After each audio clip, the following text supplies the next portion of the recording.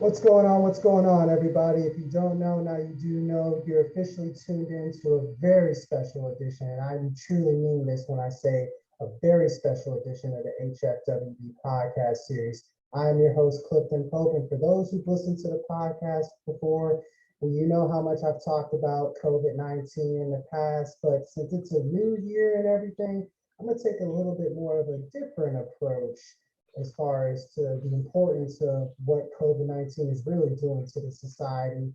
And with me doing that, I brought in a little bit of assistance. This brother right here, he's definitely opened my eyes to the information that he's about to provide to y'all. And believe me, it's so much information, it's going to take more than one episode. So basically, this is a special edition because this is the beginning of a three-part video series here that the HFWB podcast series is about to introduce. And of course, the gentleman I'm about to bring on, who is putting together, I would say, revolutionary stuff with this COVID-19 early treatment protocols. Yes, I said it. The COVID-19 early treatment protocols. For those who don't know, you're about to find out here, and this is only the beginning. With that being said, I'd like to introduce my guest, Mr. Samuel Fryer. What's going on, Samuel? Welcome to the podcast, man. And thanks, Clifton. And actually, I usually use say Samuel Andre Fry, and the reason I do that, and I always jokingly tell people the reason I do is because that way, every time I'm saying my name, it feels like I'm graduating. So I kind of Perfect. go with that. I go with that approach. But the real reason is that people who really know me by Andre, my middle name. That's what I go by normally. Okay. But other people will Samuel. So either way, that's my name regardless. And of course, Samuel or in Hebrew, a Shmuel, which is biblical name. So anyway, again, Clifton, thank you for this opportunity to share with some truths about COVID-19 and especially early treatment protocols, things that have been relatively censored for quite a long time during the whole course of this pandemic. Yes, yes. I remember the conversation we had, I want to say, back at the Black Chambers event when you first introduced me to all this stuff. I was just honestly shell shocked by all this stuff. Like, I thought I had it all figured out and all mapped up last year and everything, but I barely knew even the half of it based on the information that you told me, which leads to my first question as far as how did you get involved with the COVID-19 early treatment protocols and just becoming so passionate about it to where it's like, I need to get this out to the public. The people need to know the truth about this because we all are searching for the truth on why this is going on to begin with. For those who are listening right now, let the people know how it all got started with you. Okay, well, Clifton, I would say it started pretty much this way.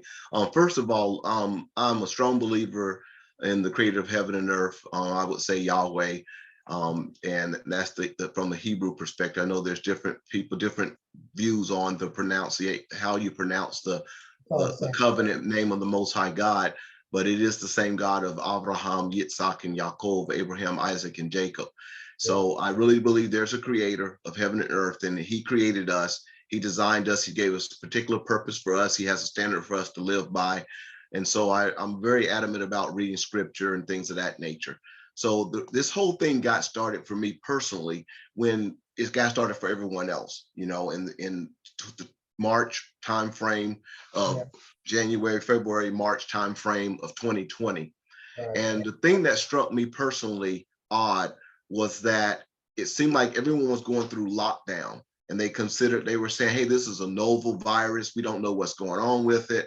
So initially, it was one of those things that I was like, it's kind of hard to say. And I'm not sure if you remember seeing those videos, but they were like videos of Chinese people just falling flat in the street. They'd be walking and just fall down I flat. remember that, man. And I was yeah, like, and then all of a sudden these Italian hospitals overflowing and people are dying in body bags and all that type of stuff.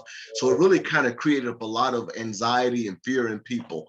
But for me, the thing that made me say, something's not quite right was when they started talking about locking down and telling people who were healthy to stay at home, and they only want you to go out if you had to go to like Home Depot or you go grocery shop and whatever you had to do for just general survival type things. And I thought that was very strange.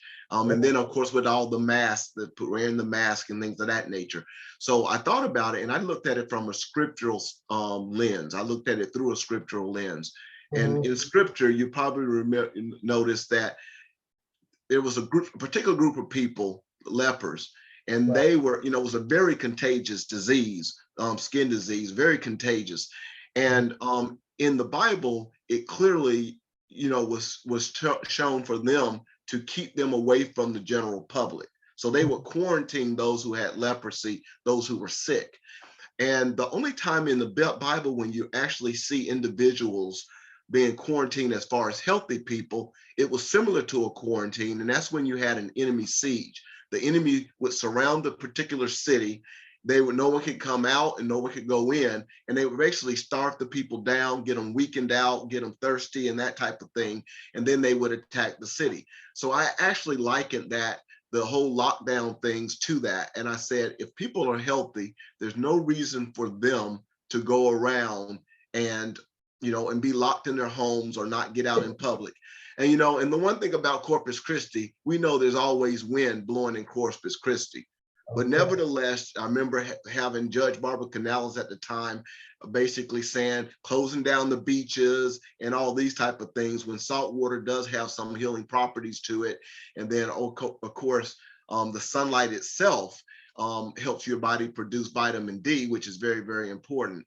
And so I thought it was very, very strange that people were kept from the beaches, even though they're saying you don't want to have large gatherings, but the wind is there's so much, always a wind in Corpus. Very rarely you have a still climate or a still day in Corpus. And I thought that was very, very strange. And then of course, even now you see what has gripped people's minds because of fear. There's more and more people who are actually still wearing masks outside in Corpus Christi, and the wind could be, you could have almost a hurricane and people still have a mask on.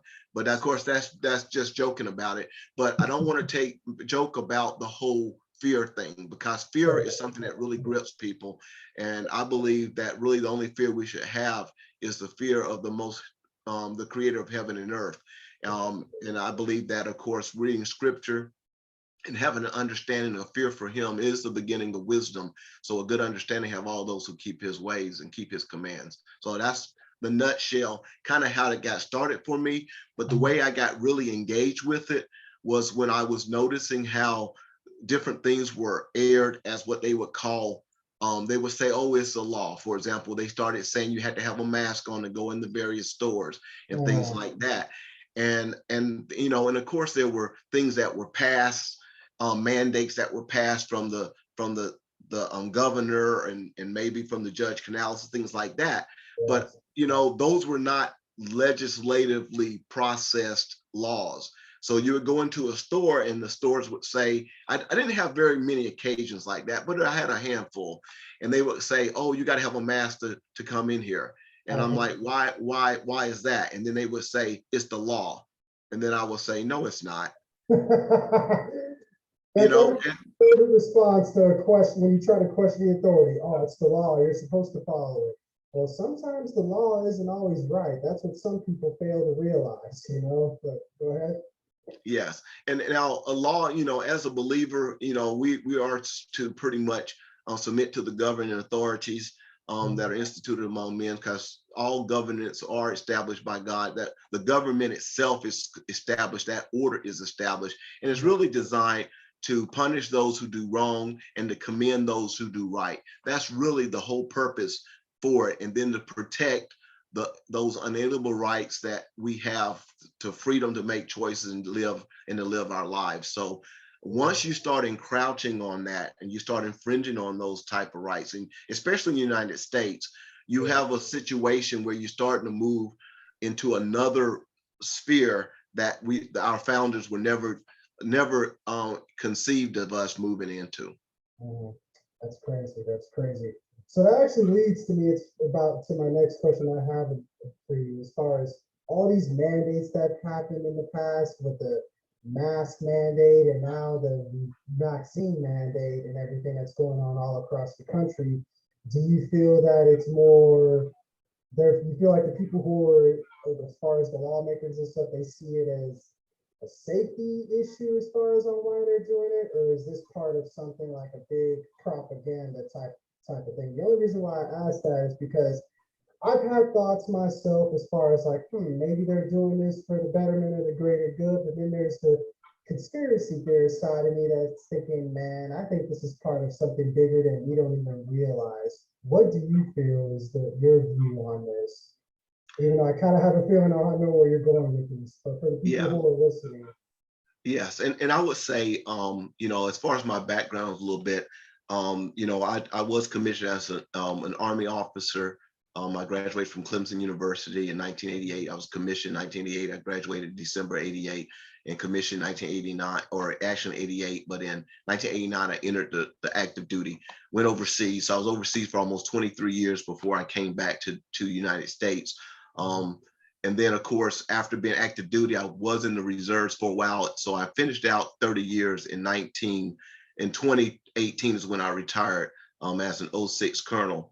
And so basically, I would say we were service members are have swear oath to support and defend the Constitution of the United States against all enemies, foreign and domestic.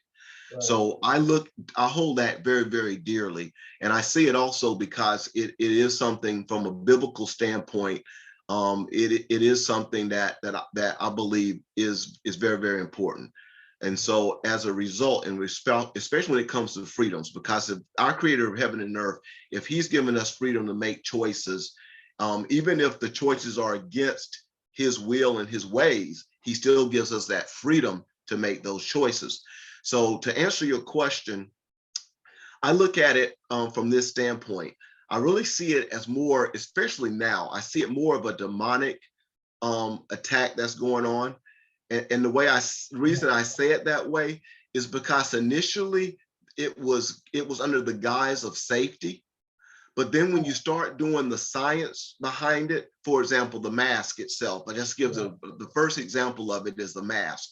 Right. The actual masks that they use, a regular cloth mask, they basically, the virus is small. It's a very, very small virus. And it's like, I remember a Dr. Simone Gold, I remember hearing that particular quote from her in 2020. And she said that trying to use a regular cloth mask to keep the virus from entering your body or keep it from going to other people through a mask is similar to trying to use a chain link fence to keep a mosquito out of your yard. That's what, and that really resonated with me. I said, that makes a lot of sense. And really the only masks that really work or more effective, and I can't say really work, but are effective, are the N95 masks. And those masks, the reason they call them N95 is because they're supposed to prevent the transmission of 95% of viruses and bacteria. Okay, that's what they say. And those are fitted masks. I mean, they're designed that you fit them properly on the person. And so it's nothing, and I can understand that too, because those who've been in the military or those who view chemical masks, they had things like nuclear, biological, and chemical masks that we had in the military, and those were perfectly fitted. In fact, you couldn't have a beard because you needed to have a seal in your mask. They were perfectly fitted to the individual's face. And whenever you don those masks properly, they would take banana oil and see if you could smell it. And they would put it all over the mask and all around you. If you could smell it, that means if you had a chemical attack, you were going to die. But if you couldn't smell the banana oil, that means your mask were fitted properly. So I just want to bring that particular point out. So the science of it and the way that they were talking about, you got to wear a mask, you got to wear a mask, it didn't really make sense, because my brother's a doctor. In fact, he has his practice up in Tennessee, his own practice. And he also retired as a colonel. Right before I did, he retired as a colonel, and he opened up his own practice in Tennessee. And the one thing is is that he talked about it the same way. He was like, most of the heavy stuff, meaning the spittle and things like that that you normally talk, it usually falls down to the ground. And now it can travel some distance depending on if you're yelling at someone, or if you're, singing very loud or something like that, or talking loud. But generally the masks themselves are not as effective if they try to make them believe they are. And now we can see the ludicrousy of the whole thing right now, is because now they're even saying people who have had their COVID shots, their 2 shots, if there was the Jensen, the 1 shot for the Jensen, or if they've had the 2 shots for the Pfizer or Moderna, and they've had a booster, they're still running around with masks on their faces. And it's very, very interesting. Even Dr. Anthony Fauci, and that's the one thing that really strikes me odd. I remember Senator Rand Paul grilling him at a Senate hearing one time, because he basically told Dr. Fauci that he was only showing theater, because he was fully vaccinated and he's wearing double masks. He said, "Are you not just playing political theater?" And I thought that was on point for exactly what the issue is. So that's some of the things. The mask itself was one of the things that struck me odd. And from there, everything else started making me doubt a lot of different things. Yeah, that's exactly how I feel too, man. Like, to this day, it drew me crazy at the time, to where it's like, we really got to wear a mask just to go buy some groceries. It's like, what in the hell did this world has come to? And I questioned it tremendously, like, why do we have to wear a mask? Do these masks even work and everything? And based on everything you just said, pretty much the only masks that are somewhat effective is basically the N95 mask, meaning the regular medical masks and stuff that I have to wear whenever I go to work at pharmacy, or all the medical officials and everybody in general wearing. They're pretty much borderline useless based Yeah. on that alone, which is mind blowing within itself. And that's something for everyone who's listening right now needs to realize, because I'm not the biggest fan of wearing masks myself. I personally hate wearing masks. I only do it unless it's one of those situations where it's like, okay, whatever, so be it. But you see me anywhere, I'm 95% of the time, I'm rarely wearing a mask, and that's with me even being vaccinated and all that stuff. But I want to ask you about this whole vaccine thing, because at one point it was about safety. I get all of that. But even I personally noticed, with me being vaccinated myself, this isn't about the vaccine anymore. This is more political warfare. This is more about dividing and conquering. Do you feel like that's going to be the case going forward, to where it's not more about less about safety, excuse me, and more about just dividing and conquering and telling people, hey, this is the way it is? And what do you feel like is going to be the future of the vaccine going forward, if it's even going to be effective or not? Yes, I'm glad you asked that. And I'll make a quick segue from that mask to it. And this is why what I would say about it. The whole issue with the masks itself was the foundation to start with the division. Right. Because if you notice, I remember seeing videos of teachers. I mean, they're supposed to be teaching kids, and this teacher's coming out of a car screaming at a bunch of kids who are playing football without any mask, and she's like, wishing that they would die, get COVID and die. Yelling at kids, and it's absolutely incredible. But this is the mindset that has taken place, and it started. So that division started then, whether the person's wearing a mask or not. In all honesty, if a person is wearing a mask, let it be their choice. If they're wearing a mask, let it be their choice.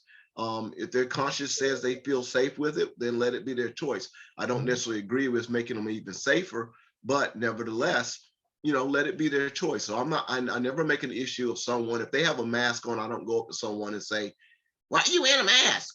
I don't really just do that to people. I have to admit, though, there was a particular situation when, with this whole thing dealing with the some companies, depending on where you work and stuff, they basically say you got to have this mandated, when we know the Biden administration has put this mandate out saying you got to get vaccinated.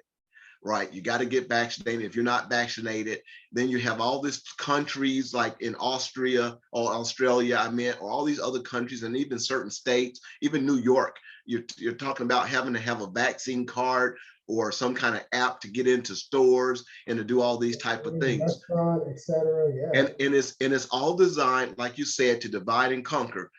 And I believe that's really what it's all about. So going back to the vaccines themselves, in reality, there's something called, we know that they were under emergency use authorization. Right. Right. Now, the interesting thing is, were you aware that in order for something to be under emergency use authorization, it cannot be a treatment for it? See, I wasn't aware of that. There is. I was wondering what it meant by emergency authorization use. And it's funny that you say that, because I'm working alongside pharmacists every single day. And there's this one particular pharmacist who I'm not gonna say his name, of course, but he even said it himself. Like, everything that's going on currently, it's like he's predicted it step by step, and he's called it right down the middle. He says, like, realistically, we don't know what these vaccines are. Realistically, a lot of people don't realize this may or may not work. And watch, if it doesn't work, they're going to keep on developing it, saying, hey, it's going to be stronger. And then it's just going to be a never ending saga, and that's exactly what's happening. Yes, exactly. Exactly. So, but that point about the emergency use authorization is, and this is why it's so important, because I'm not sure if you remember or not, but then President Donald Trump in around March, April timeframe, somewhere in there, he mentioned about hydroxychloroquine. Yes. And the interesting thing is that once he mentioned it, all of a sudden there was a deliberate attack to basically dispel it. Because you remember the news, every time he said something, they would say that he's false, he's lying, and all this type of stuff. And that's what happened with hydroxychloroquine. But the interesting thing, there's something called the Lancet Report. I believe it comes from England. They published an article and basically said that debunked hydroxychloroquine, said it was not effective. But after several epidemiologists and people and other scientists looked at it, they realized the data was faulty that they used, and they approached the Lancet Report about it. And it's considered like the Bible of medicine, so to speak. That's how well trusted it is.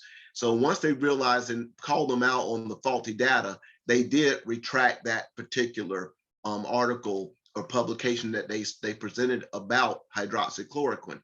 Now, I believe that was purposely done to keep people so that they could continue to go with the emergency use authorization. Because I really believe this thing was already set before years ago. They were already prepared for it. It was already a plan about it. In fact, I remember personally looked at different websites and actually saw patents for coronavirus and vaccine things, which was very, very interesting, I thought, at the time. So to make the long story short, what I'm trying to say, get to the point, is this. The vaccines, the Moderna, the Pfizer, and the Janssen shots, those are all still under emergency use authorization. In fact, many people don't know that, even though the FDA basically said that they've approved the Pfizer shots, but in reality, the actual Pfizer shot, which is called Comirnaty, that is the actual one that they literally approved, but it is not available in the United States. So everything that they're giving people now is still under emergency use authorization. In fact, there's something called the Nuremberg Code that was established right after World War II.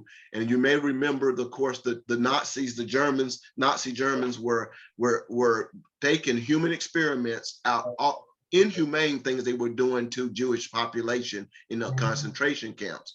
So that's where that Nuremberg Code was derived from. And then the US has laws that also support the Nuremberg Code. And basically, you're not allowed to have anyone go through a human experiment without their informed consent. So when you say informed consent, it needs to tell them all of the risks that they'll have if they were to go through this particular experiment that's going on. And these things are still trials. Everything is still, everyone who's taking these shots, are a part of this trial. Everyone. Yeah. So either they might have got a placebo, they don't know if they got a placebo, or they might have gotten different versions of whatever, but they don't know because it's still a part of the trial. And so I just wanted to kind of share that information with you. And another example of this is the harm. Are you aware that I would say within the first, from January, February, when they first started administering the shots of last year, there was a significant spike of deaths as related to vaccines, which is very interesting because 30 years or so prior, all the vaccines that they have had in the US, they never came up to the level of deaths. And there was like over 1,500, maybe 12,000 deaths that took place within the first month of administering the vaccines. And that's something you could go to and find, and you will see that significant spike. And there's now, from what I remember seeing one Senate hearing, they were talking about 18,000 in upwards of 20,000 deaths that are in the vaccine adverse events reporting system, which is the reporting system for the CDC uses for all vaccines. And that's contributed to the three different vaccines that are in or for shots are concerned for COVID. And I personally looked at that site myself and looked it up, and anyone can go and look it up, and you can see there are significant deaths that are associated with the vaccines, what they call vaccines. I call them shots. Yeah, that's crazy. That's crazy. And it's like everything you said, it's opened my mind to think to myself, is this even work, or is it even worth it, and all that stuff, which makes me lead to my next question. Say someone does somehow come in contact with COVID-19, would you say they should even go the vaccine route, or should they go more into the COVID-19 early treatment protocols as far as getting on board with, like, I don't know, the ivermectins and the antibiotics and the steroids and the vitamins of the world? What would you say in regards to that for those who are listening? Well, I would say this. First of all, I'm not a doctor. I'm not a medical doctor. People would automatically say because you're not a medical doctor or because you're not in this discipline that you don't have a brain to think critically. Okay. Right. And so, but nevertheless, I just want to kind of put that out there. But I have taken the opportunity to listen to doctors who are in the profession, who've been treating patients with COVID, and also working with, as far as reading about the things that they propose and things of that nature. So I have done that. I've done my homework as far as at least looking into things, and I just don't take things for surface off for value as far as just off the surface as being 100% valuable. So the question first thing I would say is this: if you and I'll just use perfect examples. Do you remember at all hearing from our at now, I believe it's still intact as far as the Corpus Christi, Nueces County Public Health District, the director, Annette Rodriguez. Have you heard anyone ever push improving your immune system? Have you ever heard it in the news? Has it been something that's been published and aired whenever they're talking about COVID? No, not necessarily. As a matter of fact, it's the complete opposite. They're feeding into like you told me at one point, Big Pharma's vision of getting that vaccine out there and getting everybody vaccinated. Yes. And so to me, that's something that should make someone question it. Yes. Because they figured out very early, they figured out that it was the deficiency of vitamin D3 that had a play in whether or not someone had severe symptoms with COVID or not so severe symptoms with COVID. And they also realized it was based on the person's health and their immune system and their strength of their immune system. So these are things they never really put out. So a lot of things like vitamin C, vitamin D3, things like supplements like or vitamin supplements like selenium or quercetin, vitamin and zinc and things of that nature.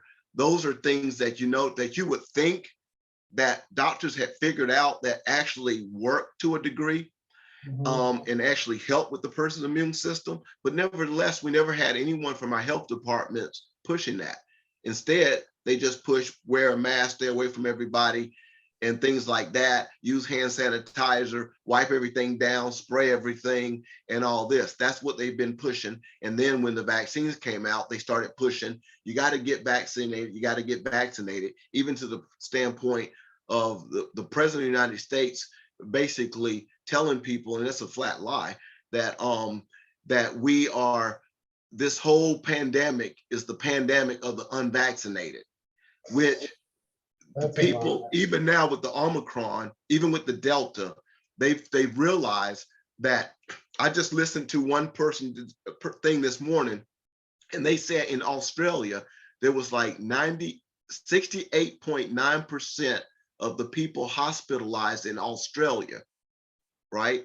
That they were fully vaccinated, and even many of them had boosters. And there's less of the percentage of people unvaccinated that were in the hospitals, right? And then we know, for example, unfortunately, General Colin Powell, he was fully vaccinated. He died, right? And it's unfortunate, but he passed away.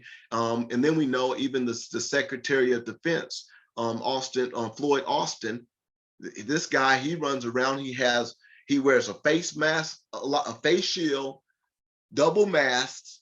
He's gotten both his shots and the booster, but just recently he came down with COVID as well. So it's not a pandemic of the unvaccinated. It's simply a pandemic of people and their immune systems. It's spreading like wildfire. They can't really stop this.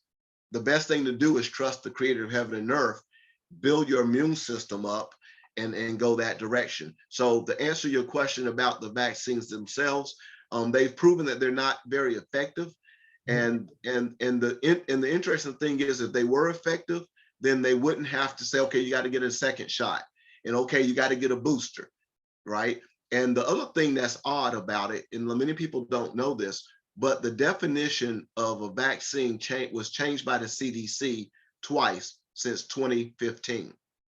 Up until 2015, a vaccine was considered to cause your body to have an immune response. So I take it that you've had the measles shot, had polio, as far as the shots or vaccines, you've had chickenpox, maybe the vaccine for chickenpox, correct? Yep. Did you happen to get any of those diseases? The only disease that I personally got out of all those, I remember I had the chicken pox when I was 5 years old. I'll never forget it. I stayed home for 3 days. And honestly, I remember at the time, I really didn't feel nothing of it. I just remember just seeing spots all over me, eating a bunch of chicken noodle soup and watching cartoons at the time, I'm assuming. That's all I remember out of it. Yeah, and I remember as a child myself getting chicken pox. In fact, I wound up giving it to one of my best friends. I gave him chicken pox when in the 2nd grade, and I remember someone scratching my back, and he saw this bump, and he said, "What's that?" My mother said, "That's a chicken pox." And I remember sitting and eating chicken noodle soup, at home by myself, pretty much watching Green Acres and things like that. But the point I wanted to make was this: you made the point that you had gotten chicken pox. But you probably didn't get a chickenpox vaccine because it was developed later, right? So the thing is that 2 of our children got chickenpox, them literally at the same time, and our 2 younger children, they got vaccinated against the chickenpox. But the point is that I wanted to make was vaccines themselves, they create an immune response. Your body remembers, your T cells and B cells go back into your bone marrow, and it remembers that. So whenever you get exposed to that virus again, your T cells and B cells come up and start doing what they have to do. So normally a person, then they do call it breakthrough, because there are some instances that there are breakthroughs with real vaccines.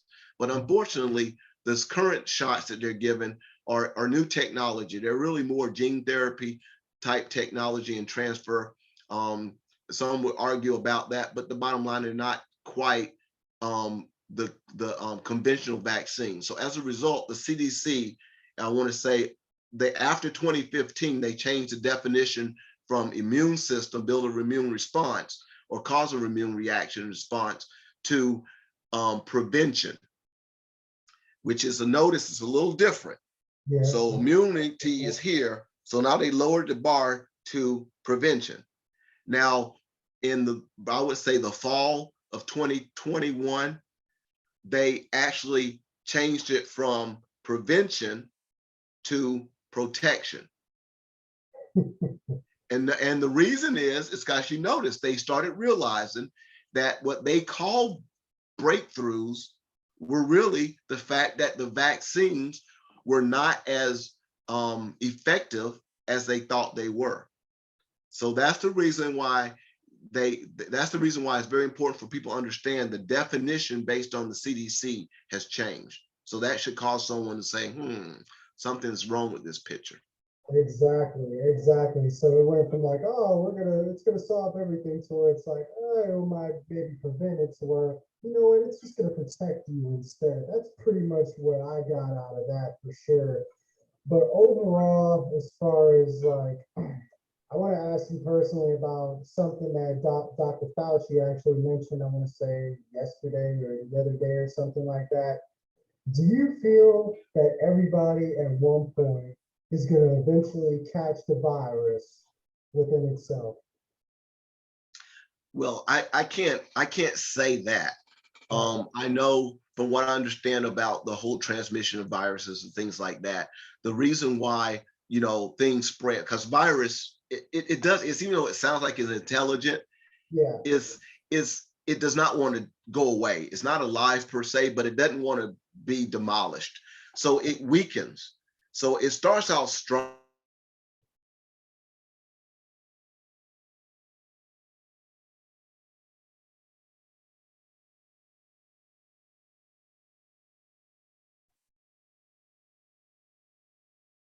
Okay, are you good? Yeah, I'm good. I can hear you. Okay, all right. Your screen froze up, so I wasn't 100% sure what had happened. Okay. So either way, because it was so strong, it killed the host. So after a while, viruses kind of weaken so that more transmissible. So for example, if someone's really sick, they'll stay at home. And when they recover, the virus kind of dies out of their bodies because they haven't really transmitted. But if they die from it, of course, the virus goes along with it. So it's normal for viruses to weaken as they go along. The difference with this particular, and I remember reading and hearing about a few doctors making a point, and they were making a point about what they call antibody dependent enhancement. Mhm. And that was a term that they kind of used. And I remember also reading about the fact that many were warning against vaccinating people in the middle of a pandemic, because basically, and it's pretty interesting what you would see with the Delta variant. After from what I understand, after 25% of the population had received the vaccine, so to speak, that's when all of a sudden the Delta variant emerged. And it was very, very, it was more deadly and that type of thing. And it was more aggressive than anything else. And now you have a significant number of people who has actually, well, at least I would say Nueces County, I believe I remember hearing or reading one thing, like 54% of Nueces County are fully have all the shots, for example. Right. And so the US, they're talking about a significant number of people in the US have gotten the shots themselves. So as a result, now you're looking at a situation, now you had the Omicron come out, right? And there is some belief that the Omicron variant is coming from those who have already gotten the shots. That's where it's coming from. But because when you have a general number of people with the same, let's look at it this way: the two of us have different immune systems, Right. based on how God created us. I could get an infection, and then my body will react a certain way. The virus will try to get around my defense systems, and it may very well leak out to a degree. But then when it gets to you, it might come up with something completely different, and it's harder for it to get around it. And eventually, after a while spreading, it will eventually die out. It'll spike and then it will die out. But when everyone has the same shot, it's similar to everyone having close to a baseline immune system. Right. So the virus figures out a way to get around that immune system and that hurdle. And at that point, it keeps jumping over those hurdles because everybody got the baseline. So it's similar. That's the best way I understand it, and it makes a lot of sense to me.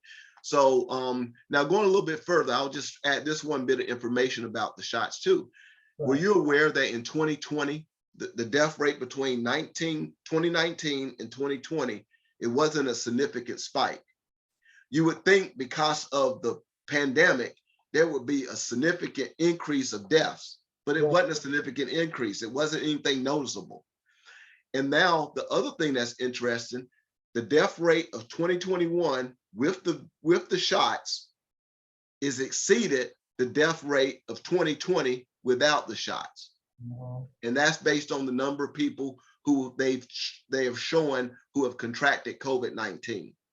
Right. That's another one of those things that make you question things. Okay, that's pretty interesting. That's pretty interesting for sure. I want to I know we got like a lot to cover as far as this COVID-19 early treatment protocols that we won't even have time to fit into this episode right now. So I want to wrap it up with three quick things actually. One, I want you to give you your personal message for those who are vaccinated and unvaccinated. What would be your personal message to someone who is vaccinated, fully vaccinated, booster and all? What would you give your personal message to them? I would say the number one, this is a blanket message for everyone. That this is a time that we have that if you don't trust in the creator of heaven and earth, if you don't have a belief in the creator of heaven and earth, you need to get that understanding that he does exist and that he's a rewarder of those who diligently seek him. That's the number one thing. After that, you would get to the point you trust him. You trust his immune system that he's designed you with. And because scripture says it's better to take refuge in Yahweh than to put your trust, or than to trust in man. It's better to take refuge in Yahweh than to trust in princesses. So that's the one thing. But also be informed about taking these shots. Great point. Realize and understand there's tens of thousands of people who have died from these shots. There are also hundreds of thousands of people who have had adverse effects that are permanently have hurt them. And just because you might have had the shot and you don't have any symptoms and nothing happened to you, doesn't mean the next time you do it, that it won't affect you. That's the other thing. Now, for both, whether or not you've had the shot or not, I would say this: there are early treatment protocols that are designed and developed by medical professionals who have treated thousands, tens of thousands of patients with FDA-approved drugs that they can use off-label. So, and they include ivermectin and hydroxychloroquine, what are two of the ones you kind of might heard about and remember. Yes. Those are safe, FDA-approved drugs. So keep that in mind. And there are early treatment protocols. So educate yourself on those particular protocols. And my biggest incentive right now, what we've been pushing, is our whole goal is to promote these early treatment protocols because we want to make a difference for people. And the difference we want to make is to reduce infection, reduce the spread, reduce symptom severity, reduce hospitalization, and reduce deaths. Early treatment protocols do that. But the current vaccines don't necessarily do that, regardless of what the narrative is. And I'm glad that you brought that to everyone's attention here who's currently listening to this episode.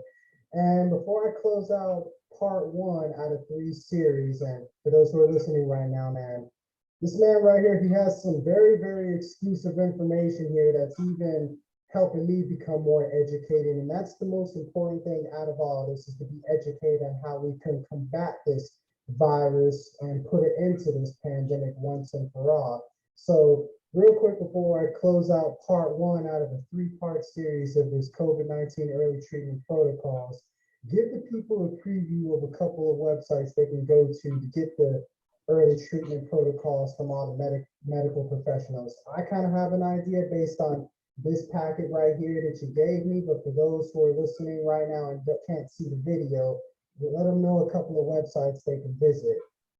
Okay. One of them is America's Frontline Doctors. That's one place.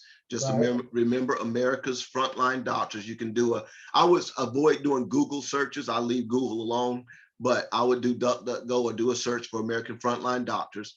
Another one is Frontline COVID-19 Critical Care Alliance is another group. They can give you early treatment protocols. My Free Doctor is another opportunity. A budesonide works, and that's spelled BUDESONIDE.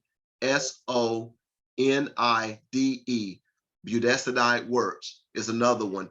And then there's a Dr. Vladimir Zelenko, and I'll spell his name, VALDIMIR, and Zelenko, ZELENKO. And the interesting thing about Dr. Vladimir Zelenko, he is a doctor that practiced in New York. And during of course, we know that was the epicenter, New York itself. Right, and he had treated at least about 4 months ago, I would say, on the information I had gotten, he had treated over 6,000 patients with COVID, regardless of their comorbidities and things like that. And of those 6,000, only 34 people of those 6,000 were hospitalized. That's 0.5% of those who he treated. And of those, 0.2%, which is 14, actually died. So those are very good numbers, and they're a whole lot different. There's a lot better numbers and percentages than the current thing that's going on. When you go to the doctor, they'll tell you just to go home. They don't do any early treatments. You get worse. Then they tell you to go to the hospital, and they put you on a respirator, and you wound up dying. So that's the one thing to kind of keep in mind. I believe the death rates would not be as high, just like Dr. Robert. Well, anyway, I think the death rates wouldn't be so high, just like Dr. Peter McCullen says. He's a big advocate for early treatment protocols. He literally says they wouldn't be so high if people were to be treated early. So, and I agree with him. And there you had it here first, man. This has been a very special edition of the Hfwb podcast series, and believe me, there's so much information within this little COVID-19 treatment early protocols paper that I'm holding up for those who are watching the video. It's going to take more than one episode to bring all this down. And like Samuel said, on the next part, we're going to get a little bit more into Dr. Vladimir Zelenko and what he truly means by his early treatment protocols as far as the epicenter of New York. I haven't even gotten to the eye mask prevention and at-home treatment mass distribution protocol for COVID-19. Believe me, like I said, we're only getting started with breaking the barriers to the real truth behind COVID-19 and how we can basically put it into this pandemic once and for all. So be on the lookout for part 2 out of a 3-part series on the COVID-19 early treatment protocols coming very soon, because believe me, we're only just getting started. We're only going to peel this onion back layer by layer. We're going to show y'all the truth behind all this. For now, I want to thank Mr. Samuel Andre Fryer for giving us that beautiful information on the COVID-19 early treatment protocols. Believe me, he will be back for part 2 out of 3 very, very soon. So be on the lookout for that. Y'all continue to stay healthy, stay wealthy, stay blessed, and thank you once again for tuning in to another episode of the Hfwb podcast series, man. Take care. Salute. Thank you, Clifton. Take care. God bless. Yes.